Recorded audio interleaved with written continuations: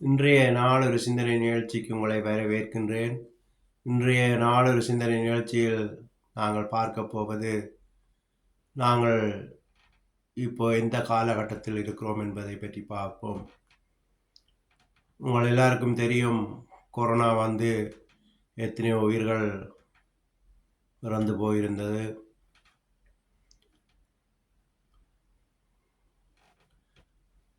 ரெண்டாயிரத்தி 20 வந்த கொரோனா இன்றைக்கு 2024 4 வருடத்துக்கும் 10-11 லட்சம் சனங்கள் இறந்து விட்டார்கள்.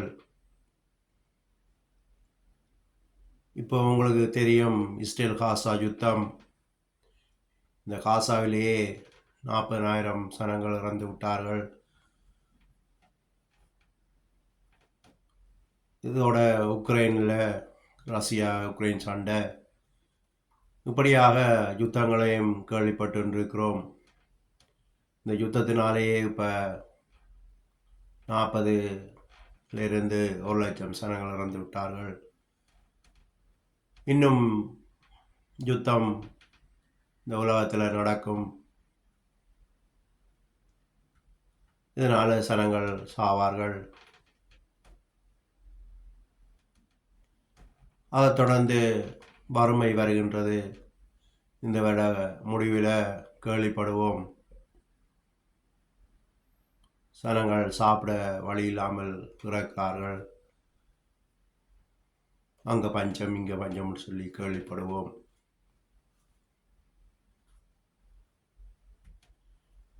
இதெல்லாம் நடப்பதற்கு காரணம்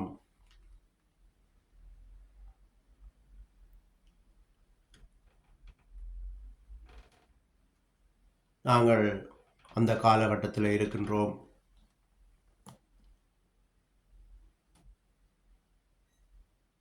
சனங்களுடைய அன்பெல்லாம் குறைந்து இன்றைக்கு பணம்னு சொல்லி சகோதரத்துக்கு சகோதரமே அடிபட்டு சாகிறார்கள்.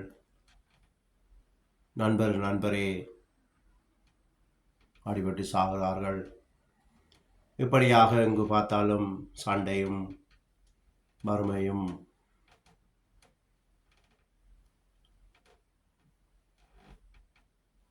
இதற்குள்ளாக உலகம் போய்க் கொண்டிருக்கின்றது. இதற்கு பைபிளில் இருந்து உங்களுக்கு ஆதாரத்தை தருகின்றேன். வெளிப்படுத்தல் 6:8 வாசிச்சிங்கன்னு சொன்னால், நான் பார்த்தபோது இதோ மங்கின நிறமுள்ள ஒரு குதிரையை கண்டேன். அதன் மேல் ஏறியிருந்தவனுக்கு மரணம் என்று பெயர். பாதாளம் அவன் பின் சென்றது. பட்டயத்தினாலும் பஞ்சத்தினாலும் சாவினாலும் பூமியில் துஷ்ட மிருகங்களினாலும் பூமியில் காற்பங்கில் உள்ளவர்களை கொலை செய்யும்படியான அதிகாரம் அவைகளுக்கு கொடுக்கப்பட்டது. இது வெளிப்படுத்தல் 6:8 வாசிக்கலாம். இது பட்டயம் என்பது யுத்தம்.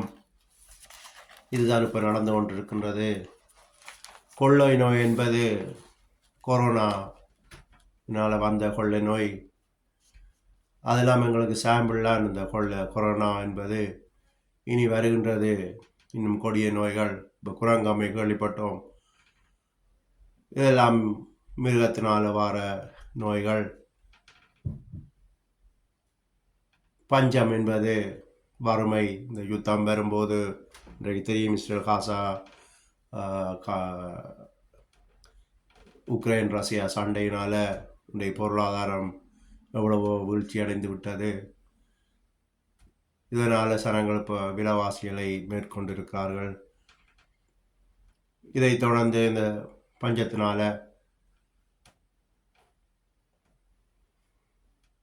சனங்கள் சாப்பாடு இல்லாமல் இறக்க போவார்கள். இந்த வருஷம் முடிவில் நீங்கள் அதை காதால் கேள்விப்படுவீர்கள். நீங்கள் இப்போ நான் சொல்வதை நம்பாவிட்டால் பரவாயில்லை, ஆனால் எழுதி வைத்துக் கொள்ளுங்கள். அப்போது நான் சொன்னது உங்களுக்கு ஞாபகம் வரும். அப்போது இந்த வெளிப்படுத்தல் 6:8 இதெல்லாம் காண முடிகிறது. அதைத் தொடர்ந்து இயேசு கிறிஸ்து வாழ்ந்த காலத்தில் 2024 வருடத்துக்கு முதல் சீடர்கள் அவரிடம் கேட்டார்கள், போதகரே, உங்களுடைய வருகைக்கும் உலகமோ உங்களுடைய வருகைக்கு என்ன அடையாளம் என்று கேட்கும்போது தான் இயேசு கிறிஸ்து சொன்னார், இந்த யுத்தங்களையும் செய்திகளையும் கேள்விப்படுகிறேன்னு சொல்லி. அதுக்கு ஆதார வசனம் மத்தேயு 24 6லிருந்து வாசிக்கலாம். யுத்தங்களின் செய்திகளையும் கேள்விப்படுவீர்கள், கலங்காதபடி எச்சரிக்கையாயிருங்கள். இவைகளெல்லாம் சம்பவிக்க வேண்டியதே, ஆனாலும் முடிவு உடனே வராது. ஜனத்துக்கு விரோதமாக ஜனமும் ராஜ்யத்துக்கு விரோதமாக ராஜ்யமும் பஞ்சங்களும் கொள்ளை நோய்களும் பூமி அதிர்ச்சிகளும் பல இடங்களில் உண்டாகும். இதுகளையும் நீங்கள் கேள்விப்பட்டு கொண்டிருக்கிறீர்கள். இப்போ எங்கு பார்த்தாலும் பூகம்பம், நிலநடுக்கம், வெள்ளப்பெருக்கு இப்படியாக நடந்து கொண்டிருக்கிறது. கொள்ளை நோய்கள் எல்லாம் நடந்து கொண்டிருக்கின்றது. இதெல்லாம் அவர் சொன்ன அடையாளம். இது மத்தேயு 24:6. முதல் சொன்னது வெளிப்படுத்தல் 6:8.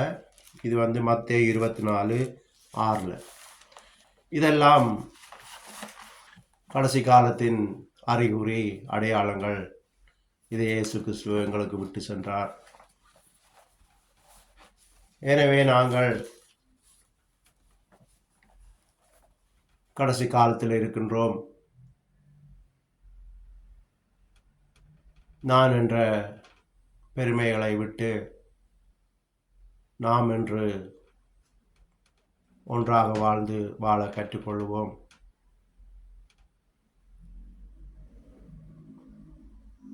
இயேசு கிறிஸ்துவிடம் பிரார்த்தனை பண்ணிக்கொள்ளுங்கள். உபத்திர காலத்தில் எங்களை பாதுகாத்துக் கொள்ளுங்கள், பஞ்ச காலத்தில் எங்களை விடுதலை ஆக்குங்கள்.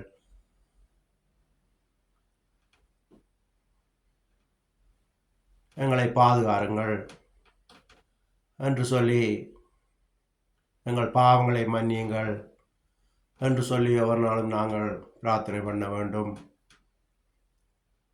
இப்படி பண்ணும்போது அவர் எங்களை எல்லா தீங்குக்கும் விலக்கி பாதுகாப்பார் என்று சொல்லி இன்றைய நாளொரு சிந்தனை நிகழ்ச்சியை முடித்துக் கொள்கிறேன். நன்றி, வணக்கம்.